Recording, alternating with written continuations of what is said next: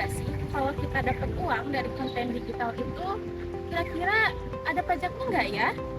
Hmm, di era sekarang menjadi konten kreator itu bukan cuma soal kreativitas, tetapi juga soal tanggung jawab. Nah, di video ini kita akan membahas bagaimana pajak itu terkait dengan dunia digital yang sekarang kita jalani saat ini. Sekarang siapa sih yang nggak kenal platform digital? Mulai dari YouTube, TikTok, hingga Instagram. Semuanya bisa menjadi sumber penghasilan. Mulai dari entertainment, advance, hingga jualan produk sendiri. Tapi seringkali orang fokus ke penghasilannya saja tanpa sadar ada kewajiban yang ikut di dalamnya. Nah, secara sederhana, pajak adalah kontribusi kita kepada negara yang nantinya akan dikelola kembali untuk membiayai berbagai fasilitas publik. Jadi, ketika kita mendapatkan penghasilan dalam bentuk apapun, termasuk dari konten digital, hal tersebut secara otomatis langsung memenuhi syarat objek pajak yang harus dilaporkan. Penghasilan dari konten digital itu termasuk dalam kategori penghasilan yang dikenakan pajak. Contohnya seperti endorsement, ads revenue, affiliate marketing, dan jualan produk digital. Semua itu tetap dihitung sebagai penghasilan yang harus dilaporkan.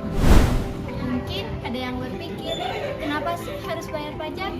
Jawabannya sederhana, karena pajak itu digunakan untuk pembangunan negara, mulai dari jalan, sekolah, fasilitas kesehatan, sampai bantuan sosial, semua itu berasal dari pajak.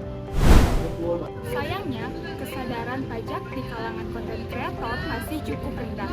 Banyak yang belum paham kalau penghasilan digital juga wajib dilaporkan. Padahal dengan semakin berkembangnya teknologi, sistem pajak juga semakin transparan dan terpantau. Cara memulai taat pajak, langkah awalnya sebenarnya gak sulit. Yang pertama, punya NPWP. 2, catat penghasilan dengan baik. 3, laporkan SPT tahunan. Dengan begitu, kita sudah berkontribusi sebagai warga negara yang baik. Sebagai konten kreator, kita justru punya peran penting dalam menyebarkan edukasi pajak. Konten yang kita buat bisa menjadi media untuk meningkatkan kesadaran masyarakat. Artinya, kreativitas kita bisa berdampak lebih luas, enggak cuma hiburan, tetapi juga edukasi. Jadi dapat uang dari konten itu keren, tapi lebih keren lagi kalau kita sadar pajak. Karena pada akhirnya kontribusi kecil dari kita memberikan dampak besar untuk negara. Yuk jadi konten kreator yang bukan hanya kreatif, tapi juga bertanggung jawab.